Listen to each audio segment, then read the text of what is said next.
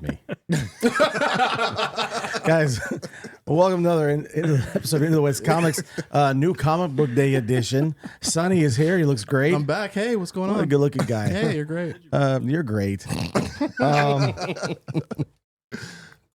I don't know what I'm doing. So then Marcus is over here. He's looking handsome. Hey, good afternoon.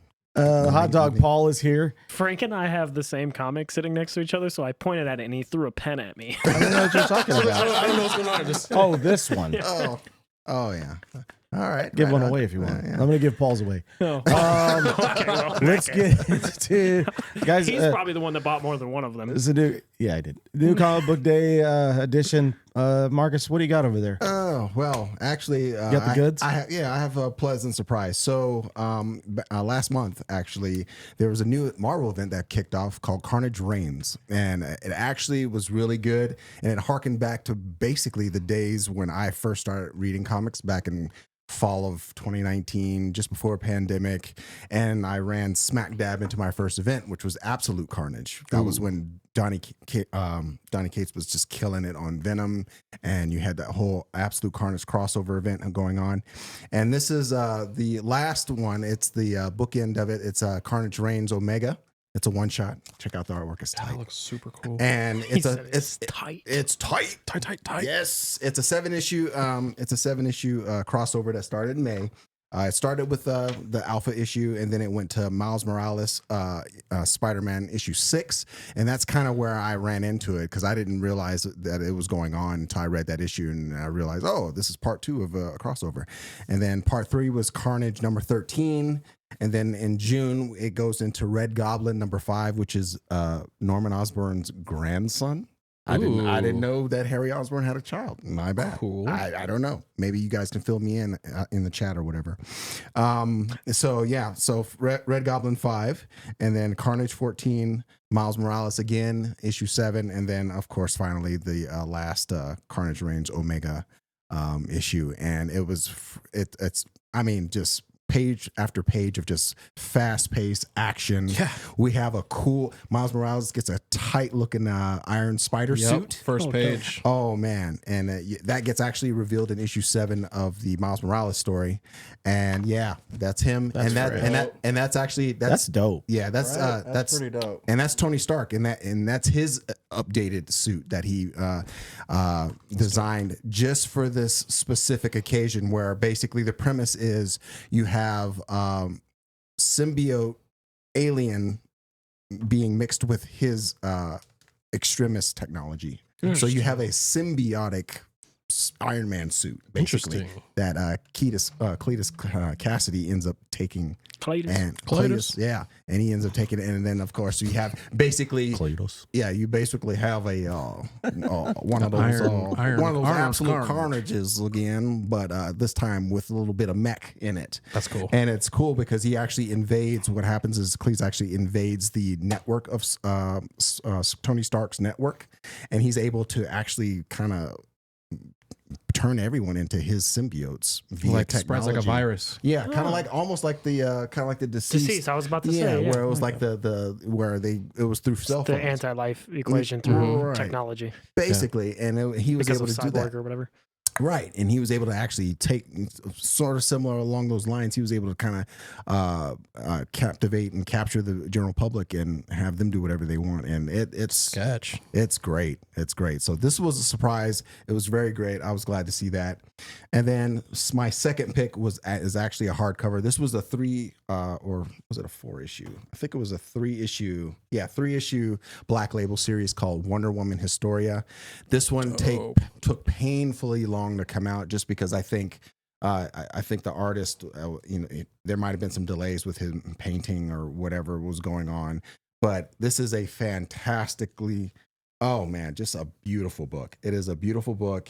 And it's written by Kelly Sue DeConnick. And what you basically have is a beautifully reimagined origin story of essentially how Themyscira came about, how did Hippolyta become who she is, and then what led to basically the birth of Wonder Woman. And what it essentially starts out as Queen Hera, Zeus's wife, saying, you know what, enough. I'm tired of men.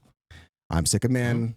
And it goes into this huge, and she basically tries to rally the other female goddesses to her cause, like Aphrodite, Demeter's in there, all these, all the different, goddesses that we know. Goddess pantheon. Yeah, pretty much, to rally to her cause, to plead her case to Zeus, saying, hey, we want a women's only area where we don't feel persecuted, we don't feel abused and all this. And it basically starts off as like this artistic, beautifully recounted tale of like how women were oppressed and abused and all this kind of stuff throughout the dawn of civilization. The artwork is incredible. Yes, the artwork is absolutely insane, and it is very well done. It is very well done. I mean, Kelly Sue DeConnick, she killed it in this, and the artwork is just phenomenal. So it essentially, once they plead the case and you have this birth of Themyscira, then you find out that Hippolyta actually was from the mortal realm. Hippolyta? Hippolyta. I was like confused. Yeah. I wasn't sure if I was Tomato, thinking about the same person. Yeah. I was confused. I'm sorry. It depends. Yeah. Sophocles, if you know Greek. Anyway, so all of these, chowder. Yeah, you find out that she was actually from the mortal realm. She was from Earth, and then she transcended because a certain god noticed her and picked her essentially, and anointed her essentially, and you see that struggle. You see what she was going through in her life. And then as she was transcending, and then what she was doing to gather influence within the goddesses, and then all of a sudden you see all the goddesses kind of rally behind her, and then she becomes, and then ultimately the birth of Diana Prince at the end. Cool. But That's it's super well done, and I can't talk about it enough. I was at first I was scared that it might have been canceled because it kept getting delayed, and we didn't know if it was ever going to get completed. It was kind of one of those things. And yes, I will say also it is rated 17 plus because there is nudity in it. So I can't watch. Yeah, You can't read it's it. artistically portrayed. It's not nothing sexual, like no sexual content essentially, but just there is nudity.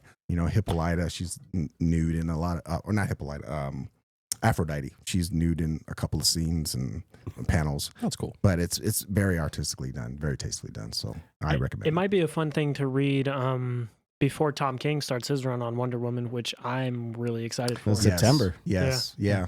Especially, issue 800, actually. And I actually read that as well. That was pretty good. It was kind of like Brave and the Bold, where it's kind of like there was a couple of different stories in there. I haven't read Brave and the Bold 2 yet, but I'm excited. Right. Yeah, I'm excited too. I just got that too. So, but yeah, I read it and it was pretty good. There's a new character in town, basically, and it looks like it's Diana Prince's daughter.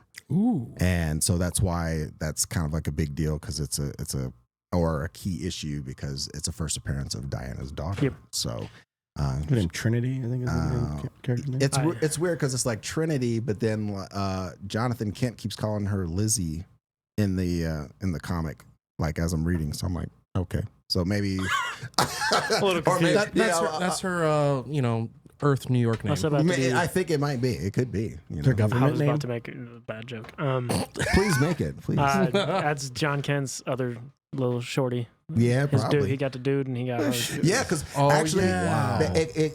actually, now that you mentioned that, there's a lot of banter. I said that. There's a lot of banter back and I forth. said that a lot more delicately than I was going to the first time. After They Still my shawty. Yeah, they definitely had like that back and forth banter, and you had Damian Wayne as Batman and John Kent together, and they were meeting with her in one of the stories, and they were going to do something, and she was late, and you could hear the bickering back and forth between John and Diana, like or John and Lizzie or Trinity, like they were, like they've been, like they were boyfriend and girlfriend. So we'll see. Oh, cute. I like it. Yeah. The artwork is something that is incredibly standout to me. That Wonder Woman Historia. Yeah, check it out, guys. Check it out. Back issues even. What you got? I got. I'll start with the one that Frank and I both brought, which I think is an indication of how good this book is. The cover's really cool. Detective Comics by Ram V. It's the Gotham Nocturne storyline that is coming close to its conclusion. There's a new family in town who's buying up a bunch of properties in Gotham, and they have a bunch of mystical stuff going on with them. It's rewarding to readers who don't read a lot of Batman. It's rewarding to readers who do read a lot of Batman. With Barbados, he is part of it, or Barbatos, should I say? And that's incredibly cool. And it's got a Hippolyta. I don't know. It doesn't. I don't know why I said that. But it's very gothic. It's action packed. Batman is dope. Ivan Hayes or Reese. I don't know. Ivan Hayes. Yeah. I know. R's are H's. He's Brazilian or something. Yes, he's Brazilian. Anyways, his art is fantastic. You would know him from things like Green Lantern and other large scale books. His art's fantastic. The only kind of it's a weird like line they're walking. There's a lot of artists on this book. They're all very good, but sometimes it's a little whiplashy to go from one style of art to the other style of art. But it's all very cool. There's Rafaele is one of the artists. Raphael Albuquerque was on it to start with. There's a dude named Sudzuka on this one. I've never seen his art before. I like it in this comic. It's really fun to watch the Bat family go in after this. And this is very rare, but it is actually a Batman-focused detective comic story. That usually does not happen. He is the forefront of everything that's going on. The other characters are supporting. And it's got to do with Talia al Ghul, Ra's al Ghul. It's just a super cool story. And all the covers for these detective comics since Ram V took over are super dope. Like the covers, I'm not usually like a big like cover guy, but they're so cool, especially this one. And I would recommend getting into this. This could even be like your intro into a Batman story. It's simple enough. It's not dissimilar from Court of Owls. There's a new family in town and they're up to something. So I would definitely give it a read if you love Batman or are interested in getting started with it. The next book I have is Tenement by Jeff Lemire and Andre Sorrentino. They did Gideon Falls, and they did I know Sorrentino from Batman Imposter, which was a prequel to the Batman movie. That was good. But this book is in the Gideon Falls universe, but you don't have to have read Gideon Falls. I have not, and I completely absorbed the comic and understood what was going on. It's a horror comic about an apartment complex, and there's something darker going on there, and all these people that live there are interconnected, and the issue ends with one character is about to commit suicide because the bills are piling up. Then one of the other characters has like a heart attack or something kind of vague. I'm not really sure what happened. And he stops. It's very compelling. It's a human drama, but it's also pretty spooky, and the art is really good. Cool. Jeff Lemire very rarely misses. And I'm definitely going to put this on my poll. When I first got it, the shop was like, "You want to put it on your poll?" And I was like, "I'll read it." And then I was like, "Yeah, I'm going to put it on my poll." And lastly, I'm going to check in on Guardians number 3. I think this comic is so much fun, and it's so cool. There's like a new section of the universe, if you will. If I read more Marvel, it would probably make a little more sense to me. Not that it didn't make sense. But there's a new section of the universe that people are warring over to have control of. Like these, I can't remember what they're white caps or what they're called, and then these like lobster people or something or other. I can't remember. But they're fighting over this area, and the Guardians come and say, "You need to leave because Groot is coming." It's called Groot Fall, and he's going to destroy this entire section of the universe. Like Galactus. And these people are like, right? No, it pretty much is just like that. And these people are like, "No, we're not leaving." Blah blah blah blah blah. And this issue ends with them being like, "All right, well, whatever." And I'm sure the next issue will start with Groot destroying all of them. But it's just cool to watch the Guardians go through and have to try to evacuate these planets and watch people not listen to them and then get absolutely obliterated. I cannot wait to see, because at one point the leader of like this rebellion or whatever is like, "I thought the tree was your friend," and he was like, "Not anymore, obviously." Yeah, dude. But this comic is a lot of fun to read. The art is fantastic. Art is amazing inside. I love it. Get into it. If you like the Guardians movies, this issue 1, there's no reason you should have had to have read any other Marvel's book. I don't read Marvel books, and this I'm perfectly fine. And what I know from the movies, and you can take off. It's only on issue 3. Yeah, it's still early. It's very good and a lot of fun. And it's different enough from the movies where you feel like you're experiencing a new story. And I think Drax is really cool in it too. He has like a line. They're like going to have like a Pen Express. meeting with somebody. Yeah, Pen Express. A meeting with somebody. And they're trying to get Drax to come, and is like, "Nah, you guys are going somewhere to talk. I don't talk. I fight." Yeah, he was like, tell me when the fight starts. And there was a cool going little down. analogy towards the end of the book about Drax that he actually said, and I wish I could remember it off the top of my head, but it's very cool. I would definitely recommend going and checking out all of these books because they're pretty good, man. All right, I was going to bring up this thing that Paul didn't mention yet. Detective Comics. I was kidding. Captain America: Symbol of Truth. Oh yeah. Captain America, both of the titles are kind of running at the same time. They're winding down. There's going to be a new Captain America series. Straczynski is actually coming back to be JMS, writing baby. that. And the same artist that did The Punisher. Jason Aaron nice. run, right, with the Punisher is going to be Yes. doing the art. Jesus Saez Yes. is going to be doing the artwork for that. Nice. I'm looking forward to that. Yes. Batman the Brave and the Bold, excuse me. I was like, incorporated. What was it, Simone 2012? DeMayo's killing on these covers. Simone DeMayo's going to be really doing cool. interiors as well as cover art Oh, for the wow. new Batman and Robin series is going to be coming out later on in like September, I'm excited October. I for think it's coming out. It's going to be fun. Of course, we got to mention our boy, Mr. Philip Kennedy Johnson, the This issue is franchise. great. Such a He cool was cover. I love he that was cover. telling Yeah, us, love that okay, cover. you got to go back and watch the interview. He was telling us about all this stuff starting to come full circle, and we might be moving in that direction. That's all I'm going to say. We might be moving in that direction. Really excited for Night Terrors and to see what goes on with that. Especially the way he was telling us last week. He's found an organic way to implement the story he's telling with Night Terrors. Because Yeah. like we kind of touched on last week, sometimes like publishers will just be like, you got to do a Fear State issue. Yeah. And like with Nightwing, the Fear State issue of Nightwing Right. was bad. It's And I just don't like- think it's Tom Taylor's fault. Right. I think it's, Just someone telling well, him, no, this you got to story fit you're this telling me, you in. got to fit this in. And that's kind of what happens. But I'm excited to see what goes on with that and how Cyborg Superman has anything to do with it, because he is defeated in this issue, but not really. A lot of those things you mentioned, the Night Terrors, the storyline. It's an event that lasts 2 months, basically. So for a lot of these guys, some of the ongoing series have just been starting.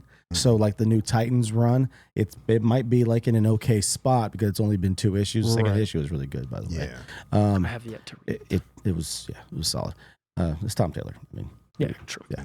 But some of the stuff, it feels like it could kind of like put a whole pause on the momentum for what you've been building, like storyline wise. But I think that we've had enough of these, what we were calling it, Marcus, like pilot season, what they're doing with a lot of these 6-issue series within DC right now, that everything is kind of like in a trial phase to where you can kind of pick and choose. And I think it's sort of like a nice little pause for them to do this right in the middle. I don't know how much of the Night Terror stuff you're going to be pulling. I mean, I've got the stuff that's in my ongoing already. Whatever's in my ongoing, and I'm that's going to what get the gonna read. main run. I don't know if I'm Yes, going to get the- all the the main because there's like a run. bunch of one shots. And I think There's like 50 one shots in 2 months. I think a lot. it's Maybe not there's 50, a maybe Batman 40. issue of it. I think there's a Action Comics issue of it.